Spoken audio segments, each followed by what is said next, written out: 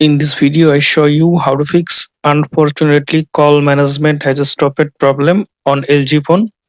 For fixing this problem, go to your settings, scroll down. For your phone, LG phone, you can find apps and notification. Then click on it. Then click on see all apps or app info.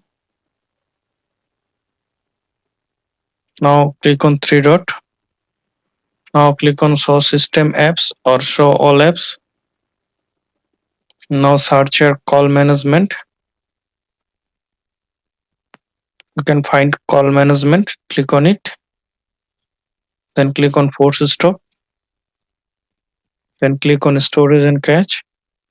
Then click on clear storage. Then click on delete. Now search phone app.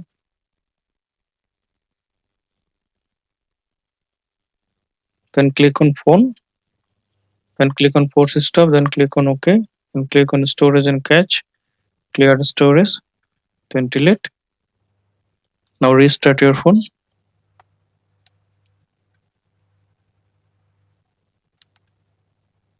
After restart your phone, now I hope that this method fixed unfortunately call management has stopped problem on LG phone. Thanks for watching.